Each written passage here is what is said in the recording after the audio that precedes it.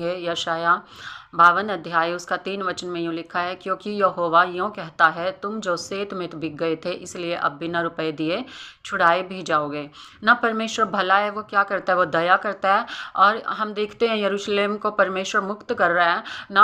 परमेश्वर के जो लोग थे जो बंधुआई में चले गए थे, उनको प्रभु मुक्त कर रहा है, उन पर दया कर रहा है ना। क्यों? क्योंकि वे सेत में बिक गए थे, यानी कि परमेश्वर की आशीष को पाके, प्रभु के वचन को जान के, प्रभु के चमत्कारों को देख के ना, वो क्या हो गए थे, लोगों के पीछे चले गए थे ना।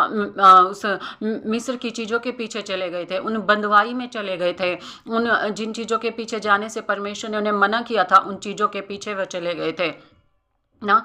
यदि आप पढ़े तो लिखा है कि वो उन्होंने पहाड़ों पे जा जा के बुरे काम किए ना। परमेश्वर का वचन क्या कहता है कि परमेश्वर कहता है कि जैसे तुम बिक गए थे, सेत में बिक गए थे, कि तुमने मेरी आशीष देखी, मेरे काम देखे, तुम बिक गए, तुम औरों के पीछे चले गए, फिर भी मैं तुम पे दया करता हूँ, इसलिए मैं तुम्हारा पैसा लगने नहीं दूंगा, तुम्हारा कुछ भी लगने नहीं दूंगा, मैं तुम पे दया करूंगा और मैं तुम्हें छुड़ा लाऊंगा। आज भी बहुत सारे लोग क्या हैं, परमेश्वर से दूर हो गए हैं। उन्होंने प्रभु के चमत्कार को देखा, परमेश्वर की आशीष को देखा, परमेश्वर के बड़े बड़े कामों को। बहुत सारे लोग पवित्र आत्मा पाए हुए भी, मैंने भी अपने जीवन में देखा, पवित्र आत्मा पाए लोग क्या हो गए हैं ना, दूसरी चीज़ों के पीछे चले गए हैं।